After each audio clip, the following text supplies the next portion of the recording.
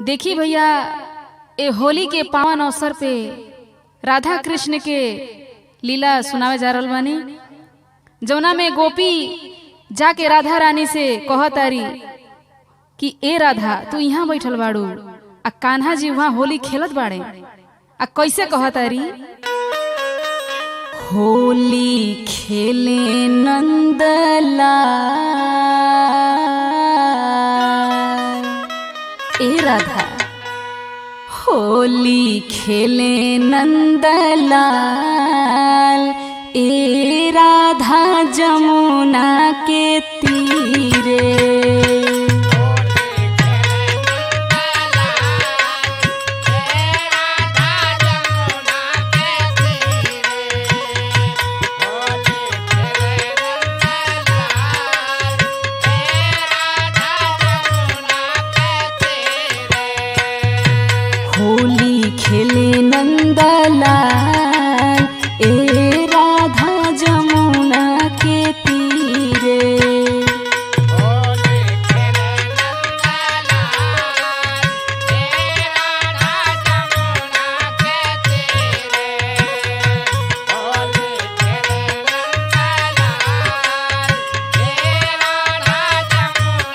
के तीरे।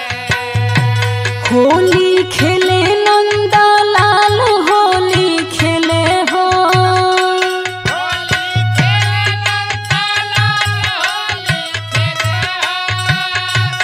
होली खेले नंदलाल होली खेले हो। होली खेले नंदलाल होली खेले नंदलाल ए राधा जमुना के तीरे।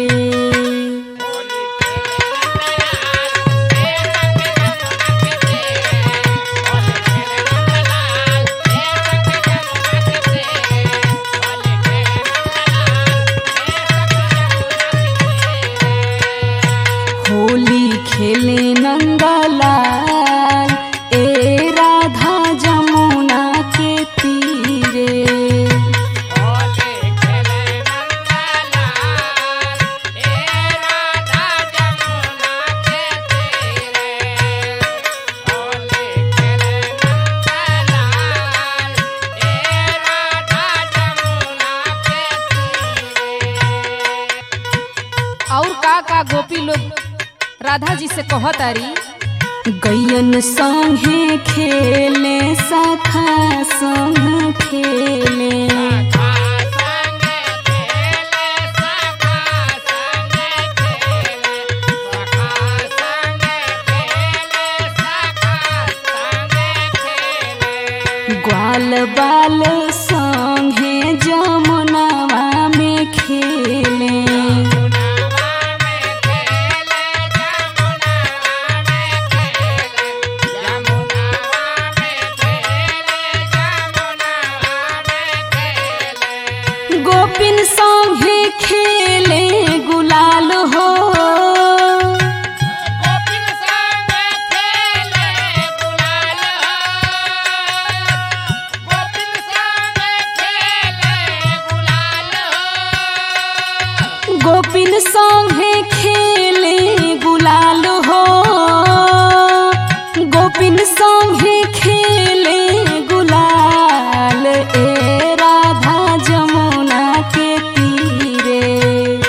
होली खेले नंदलाल ए राधा जमुना के तीरे। होली खेले नंदलाल ए राधा जमुना के तीरे।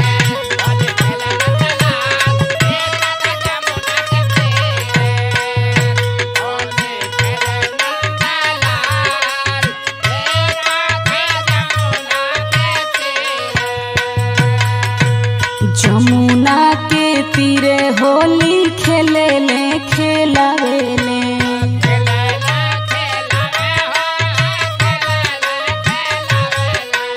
खेलेला खेलावेला हो खेलेला खेलावेला।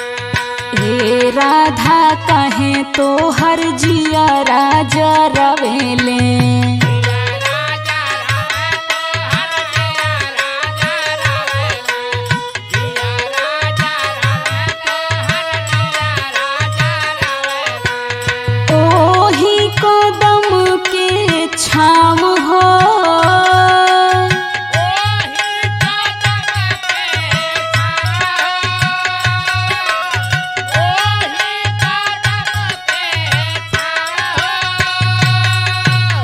ओही कदम के छाम ए राधा जमुना के तीरे होली खेले नंदलाल ए राधा जमुना के तीरे